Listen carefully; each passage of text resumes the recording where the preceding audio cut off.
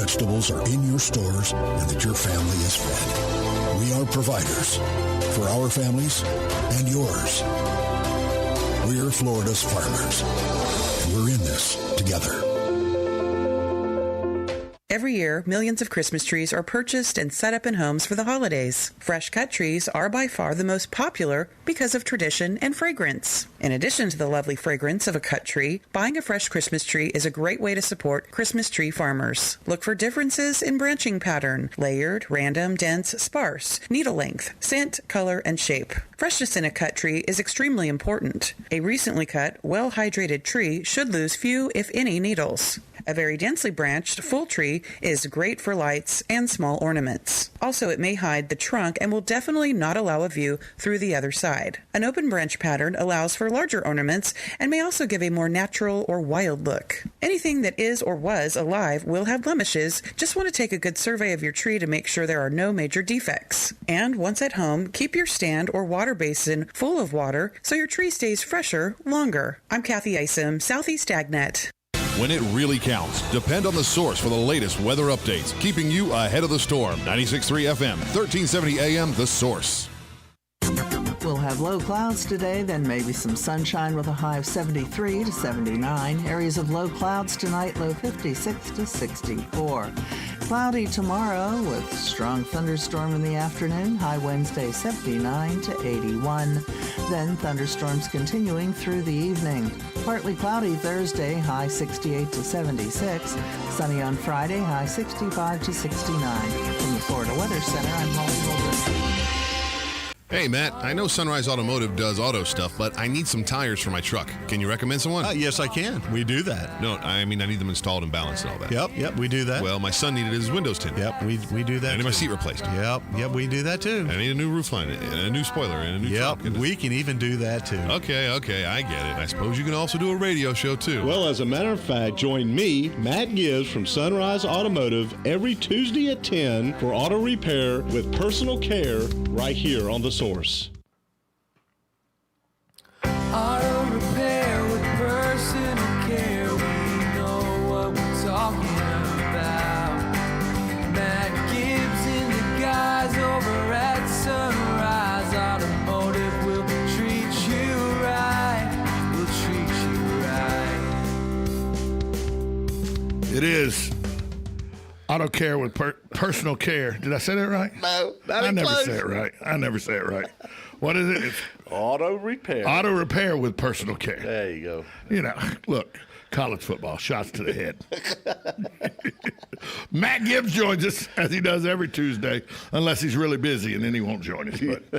But if you got questions about your car or anything about repairs to your car, give us a call. 622-9622 is the number. Matt, good morning to you. Morning, Tom. On a note, before we get started, I know you had a campaign here about 3-4 weeks ago where we were trying to get the Supreme Court to do its job. Yep. Seems like the Supreme Court decided not to listen to us. Well, I don't think it's over yet. No. Now there's a lawsuit in New Mexico that was filed yesterday.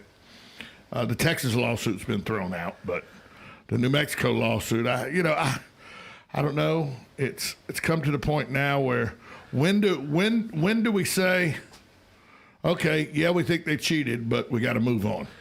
When does that happen? I think for me personally, it's moving on. Okay, so for me personally, I don't think it's over until the Constitution and the laws of the Constitution say it's over. Well, that would be Inauguration Day. That'd be inauguration. Okay, so I'm just going to throw something out here, and if we need to talk about this today, this is what we'll do. But well, I know it's something you're passionate about. Yeah, absolutely. So today, right? Isn't it today that the Electoral College votes? No, they voted yesterday. I know, but aren't they? They're going to be sealed and hand delivered to Congress. Yes. Which they stay closed until the 6th of January. When Congress then has to both the House and the Senate, and the House, one representative in Congress can say, nope, I don't agree with it. That's right. And then And who has full authority at this moment in time? At this moment in time, right now, Congress does. No, I'm talking about at this session. It depends on the problem with it is because it's a Democratic-controlled House. Even if a Republican has a problem with it in the House, it's never coming out of the House. The Vice President, Mike Pence, has full authority at this session. Right. No, he oversees the session.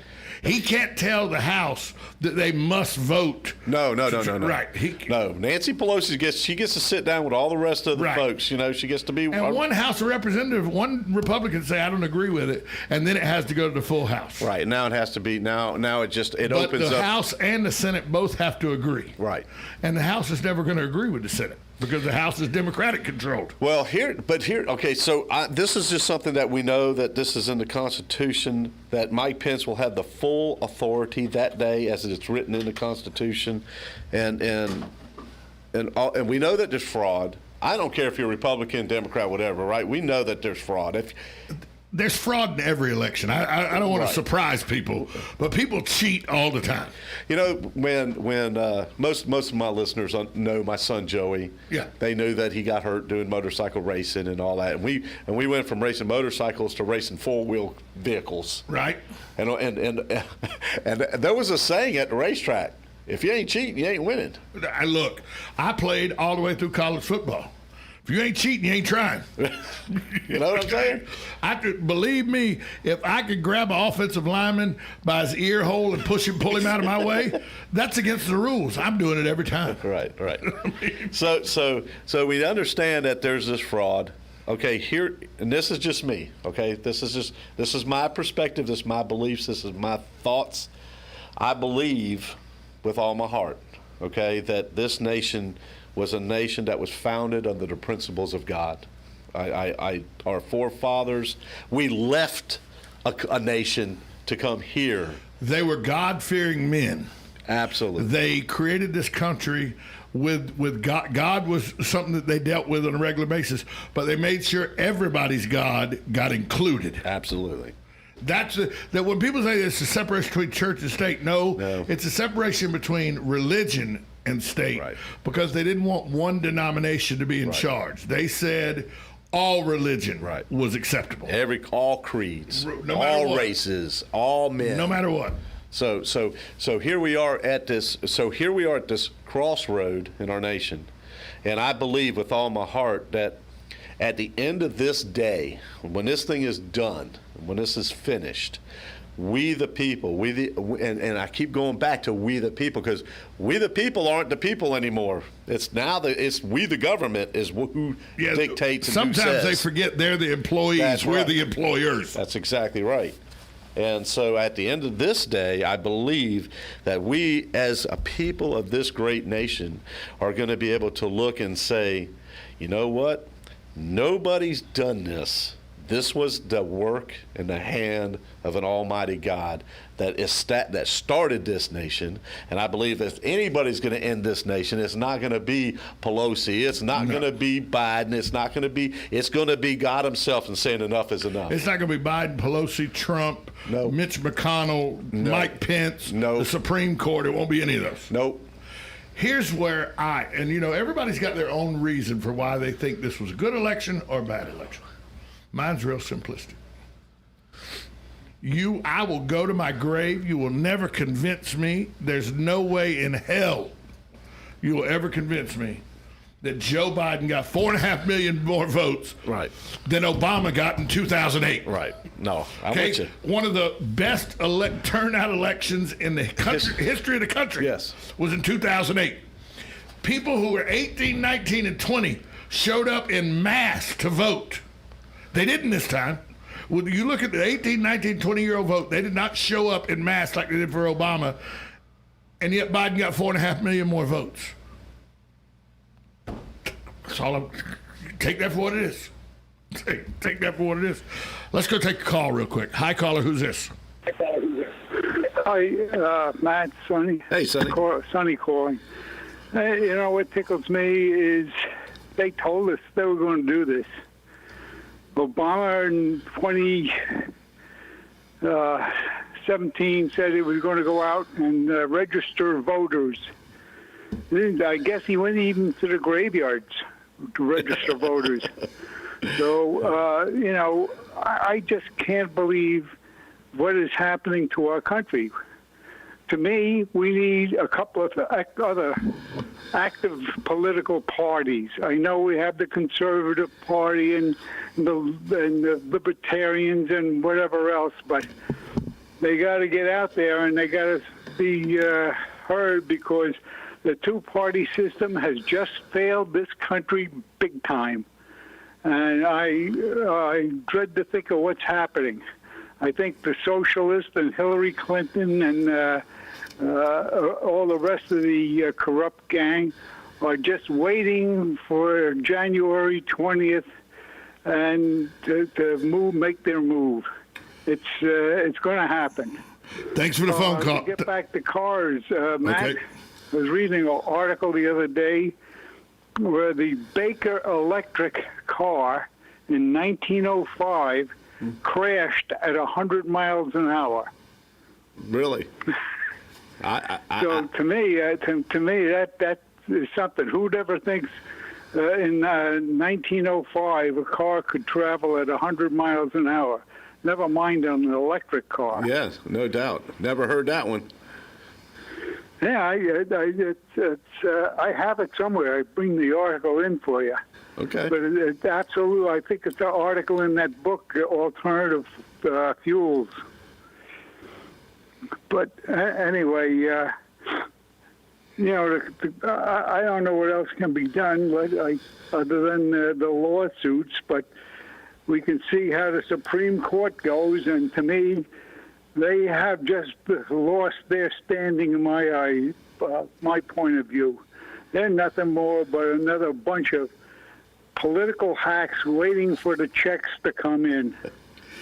Thanks for the call, Sonny. That's what I'm feeling. Well, thanks for Have the a call, great pal. day. I'm looking up the Baker electric cars, 1905. Said that their cruising speed was 30 miles an hour. They could reach speeds for between 80 and 100 miles an hour. In 1905? 1905. Said there was 100 of them made in 1905. Hadn't seen a crash, but I didn't even know there was a Baker electric car in 1905. The 1905, I mean, we could run faster than most things went down the road. I mean, 1903 was when the Model T come off the line. The Model T's top end was 30 miles an hour. Yeah, thank God, too, because it didn't have no brakes. None. No brakes whatsoever. So, but the Baker electric car, what is it about the word Baker and cars that get people in trouble? Because wasn't it the Baker that they made the movie about and everything that had disc brakes and everything way before GM and Ford and all had the technology, so they did everything they could. No, Tucker. That's what it was, Tucker. Tucker. Yeah. I mean, that car had disc brakes, it had power steering, but he made 50, but they shut him down because he wasn't. They shut a lot of people down back in the day. They did shut a bunch of people down, and yet still made the Edsel. Somebody should have shut Ford down. Hey, they tried to shut Ford down. He just went and killed you. Right, yeah. Yeah, but is the Edsel maybe the historically the worst car ever made? I don't know if it's historically the worst car. There was a Yugo. I forgot the Yugo. Yeah, and there was the Wego, the Wego. Somebody told me, what was it? Somebody told me the Wego and the Yugo, those two. They were like disposable cars. Yeah. No. You just drive them till they broke, and then you throw them in the junkyard and go back. Because they were like $2,000 for a brand new one. Yeah, to buy an engine costs more than what the whole car costs. Right. So it was a disposable car. It's kind of like a razor. Disposable razor, disposable car. Right. I want to ask you this question. Somebody told me this weekend. We were talking about cars. We were, we were at the car show in the parking lot right out there by where the Italian ice place is now. It used to be Brewster's. Okay. They do a car show in there every weekend. It's not a show, but every weekend people put their hot rods and all out there. And a guy brought a Mazda Rx-5. Okay. And, that's a good-looking car if you get it done right and you rebuild it and everything. And he was talking to me about the rotary engine and that thing. And he said, Mazda quit making this car. And I said, no, the RX-7 had a rotary engine. He goes, yeah, that was the last one. But Mazda, from pressure from shareholders and all, changed how they made motors because that rotary engine was almost unbreakable. Is there any truth to that? They changed it because they had built a car that wasn't breaking often enough? Well, and so there was I think 8, 9 moving parts. Right. I mean, the rotary engine, he had a rotary engine that he carries around in the trunk just to show people what it was. It was like the size of a bread box. Yeah, it's crazy. I mean, but did Mazda make such a good motor that it was costing them money, so they went away from it? Well, hey, when it comes to that kind of research, that development, they got people that are way smarter than me figuring all this stuff out, and I'm sure that there's a reason. But I wonder if it was pressure from the other side, like from other car manufacturers. You're making too good a car. You got to stop that. Yeah, back in the day when Buick came out, I don't know if you remember. This is like more my genre. The Buick came out with the Grand National. Wait, hold on. What's your age? I'm 55. Yeah, you're talking that I don't know what a 1986 Grand National No, I know like. you do. Oh, okay. I just want to compare that. So what happened was, because I was in the industry when this came out. Oh yeah, the Buick Grand National, fantastic car. Awesome, right? But then, okay, so that's Buick. Now we have Chevrolet. The Buick Grand National back in the day, brand new, was $18,000. Right. And then you have Chevrolet that makes a Corvette. Well, the Corvettes were $35,000, and the Grand National blow the doors. A 1984 Grand National will kill a Corvette. And Monte Carlo wasn't real happy about the Grand National either, and it was all GMs. It's all GM stuff. But the thing about Monte Carlo was it was comparably priced to the Buick. National. Right. See, Buick did the turbo in the Grand National because Buick is the one that came out with the turbo in the GM side. They put it on that V6 Grand National. Yeah, it would blow your doors off. It was crazy. But here you got the Chevrolet. So Chevrolet, they raised such a stink over the Grand National that in 1985, Buick had to detune the Grand National so that the Corvette was faster. Still the hot rod. Right. So here's a war within its own General Motors between engineers. And the Grand National was a great car. It was a nice, beautiful car. Rode nice, and everything. And when you push that gas pedal, it'd go. It'd get on down the highway, but not like big V8s at the time. When you push that gas pedal, as it was going down the highway, you would see the needle moving too. This is a V6, so it didn't use the gas that most cars use. Right, that's right. That was the whole premise. Here we got a V6 engine putting out this kind of horsepower with a turbocharged, you know what I'm saying? And you get great fuel economy. What a concept. It was a really nice, and it was a good look. Yeah, I had a buddy of mine that bought and he bought the 85, so his was tuned down. I guess. Yep. But it was that midnight black color. Yep, they were all black. The Grand National was all black. Then they made what they call the T-type, right? Which was the same car, just not the Grand National. Right. Then they had the boys from Mexico, the AMG boys. They were buying the Grand Nationals and turn it into what they called a GNX, right? The Grand National X.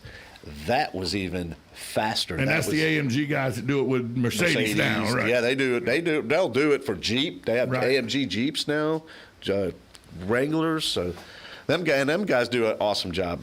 But yeah, let's go to the phone lines. Hi, caller. Who's this?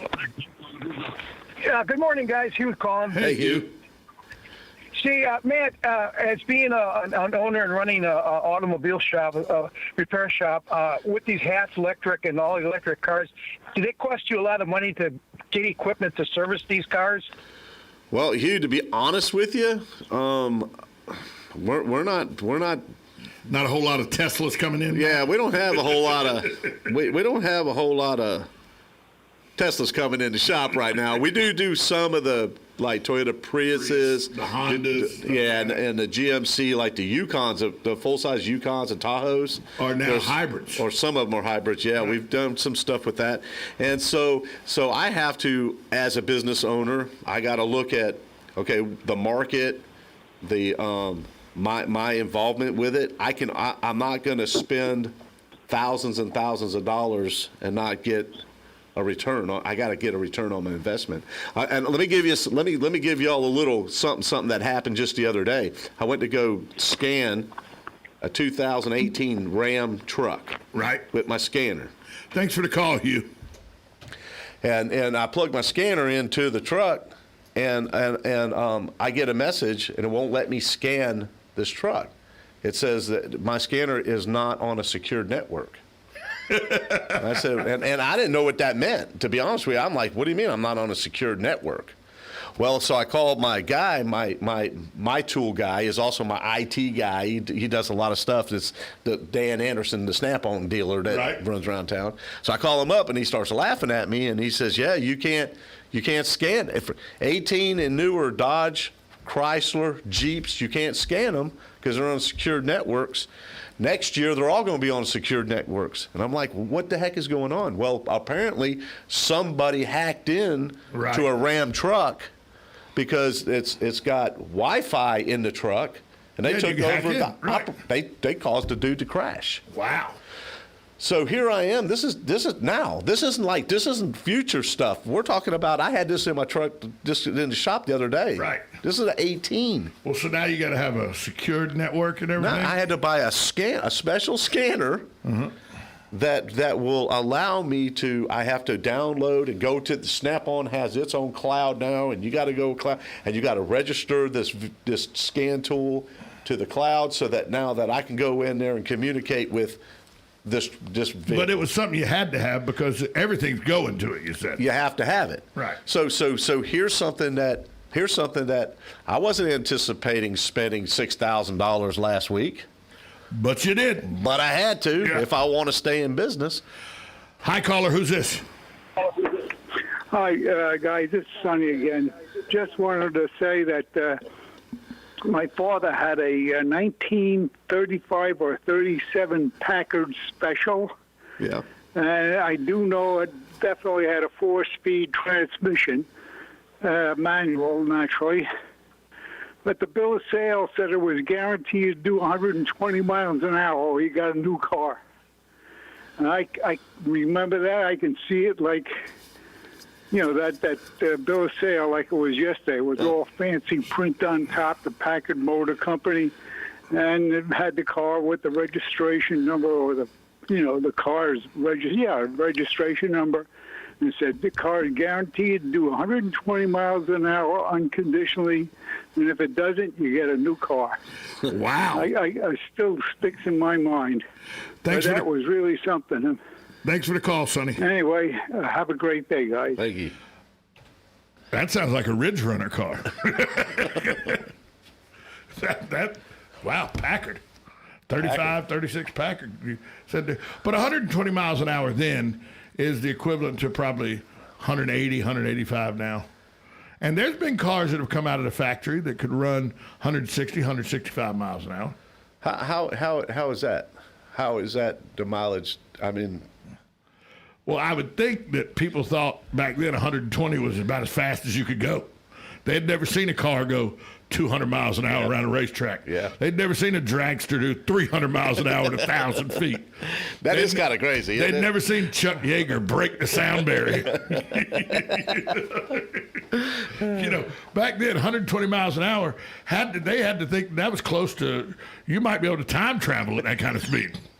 I thought it was 88 miles an hour. 1.21 gigawatts.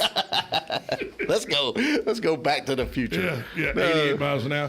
I watched a special on the year was 1982. And they ran an old commercial during this thing of the DeLorean with the eagle-like door. The doors open as an eagle's wing expands.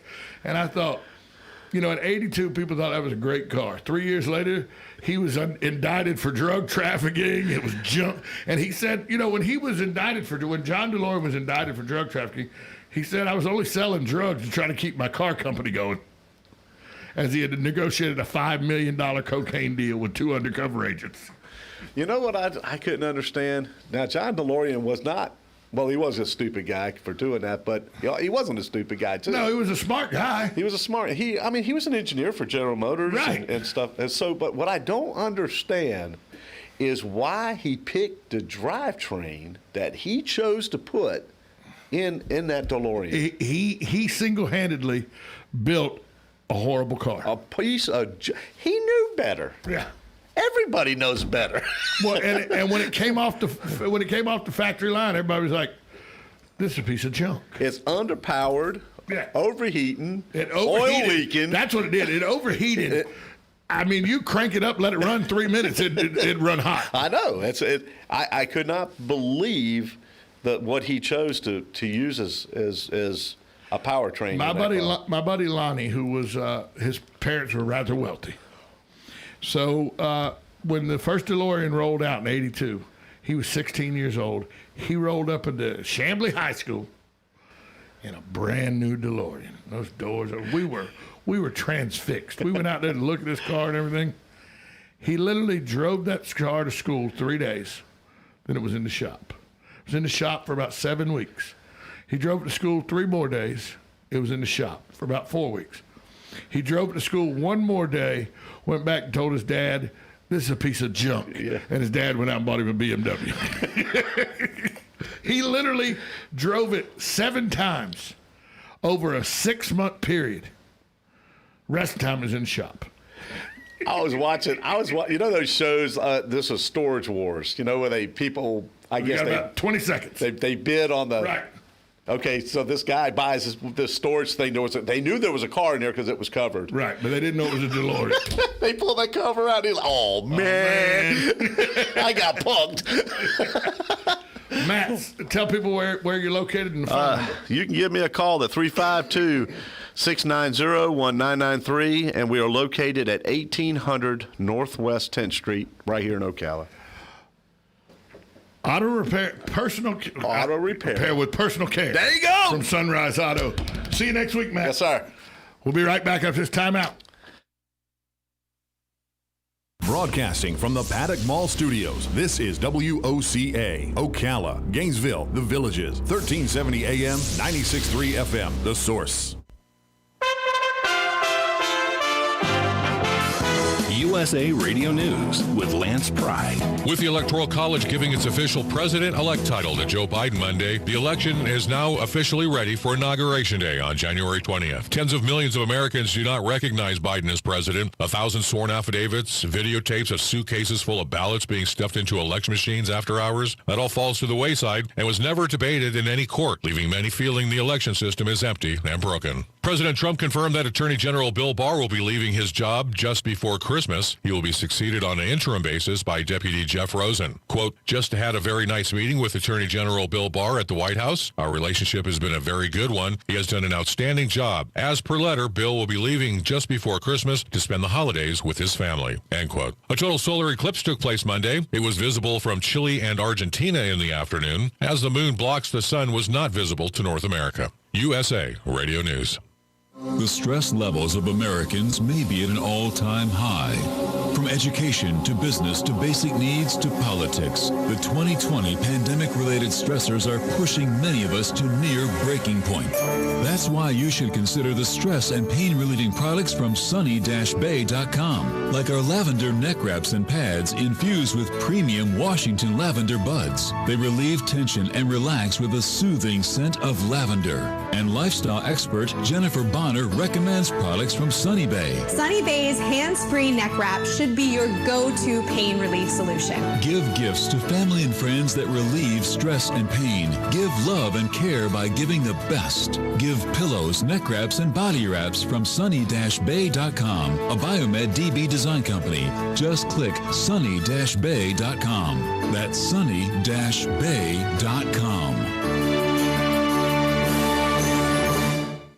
The check engine light turn on can give anyone anxiety. As it stares at you, you can't help but wonder what is wrong now. How much is this going to cost? But with coverage from CarShield, you won't dread unexpected repairs. CarShield offers a wide range of protection plans that can save you thousands for covered repairs, which means that check engine light is a lot less scary when it comes on. You have the freedom to choose your favorite mechanic or dealership to do the work, and CarShield gets the rest taken care of. Even if your car breaks down while you're traveling, the choice of a repair shop is still up to you. On top of that,